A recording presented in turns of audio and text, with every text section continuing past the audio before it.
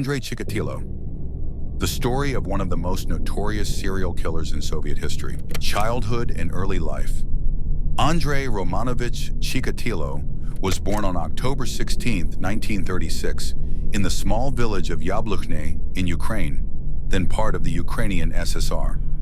His childhood was marked by extreme poverty, which had a profound impact on his psyche. From a young age, he faced hardships typical of many families of that era, including a constant shortage of food, clothing, and other basic necessities. These early years of deprivation and suffering likely influenced his personal development.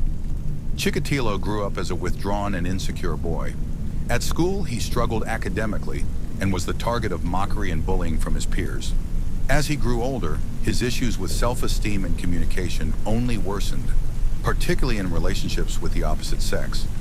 These problems led to isolation and may have played a role in shaping his future criminal behavior. Beginning of criminal activity. The first crime attributed to Andrei Chikatilo occurred in December 1978, when he allegedly murdered a 9-year-old girl in the city of Shakhty. This case marked the beginning of a series of crimes he committed over the following years. Chikatilo's victims were individuals of various ages and social backgrounds, including children and teenagers.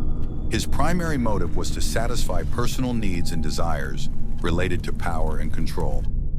Methods and characteristics of the crimes. Chikatilo acted methodically and often used his appearance and charm to gain the trust of his victims. He approached them under various pretexts, including offers of help or companionship. In the locations where the crimes were committed, items related to his professional activities were often found, which made it difficult to establish his identity. For a long time, law enforcement struggled to link the crimes together because Chikatilo left no clear traces and did not adhere to a specific pattern of behavior.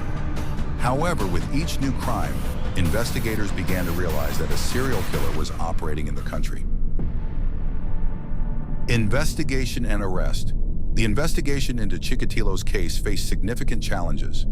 At the time in the USSR, there was no advanced system for investigating serial crimes, and law enforcement lacked the experience and resources to handle such cases effectively. As a result, Chikatilo managed to evade capture for over a decade. It was only in 1990, after Chikatilo was detained for suspicious behavior near a railway station, that he was finally arrested. Items found with him suggested his involvement in the crimes, and after prolonged interrogations, he confessed. Trial and verdict. Chikatilo's trial began in 1992 in Rostov-on-Don and attracted massive attention, both within the country and beyond. The court hearings were broadcast on television, and millions of people followed the proceedings. Chikatilo was accused of a series of grave crimes. His behavior in court was erratic and often dramatic, which heightened public interest in the trial. During the judicial process, Chikatilo admitted guilt for most of the charges, although he attempted to portray himself as mentally ill to avoid punishment. Despite this, a psychiatric evaluation deemed him sane, and in 1994 he was sentenced to death.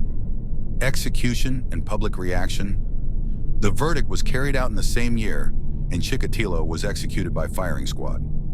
After his execution, society breathed a sigh of relief, but his crimes left a deep mark on history and on the minds of those who experienced this horror. The Chikatilo case became one of the most infamous and grim chapters in Soviet history, prompting significant changes in investigative approaches and bolstering security measures. Legacy and lessons. The Chikatilo case provided an important lesson for law enforcement and society as a whole. It highlighted the need for professional development within the criminal justice system and the adoption of modern investigative technologies. The story of Chikatilo also served as a reminder of the necessity to ensure the safety and security of citizens against such threats. Despite the brutality of his crimes, this story drew attention to issues of social isolation and psychological disorders that can lead to such tragic outcomes. It is crucial to remember that dangerous tendencies can be hidden behind an outwardly ordinary person, and it is necessary to exercise caution and vigilance.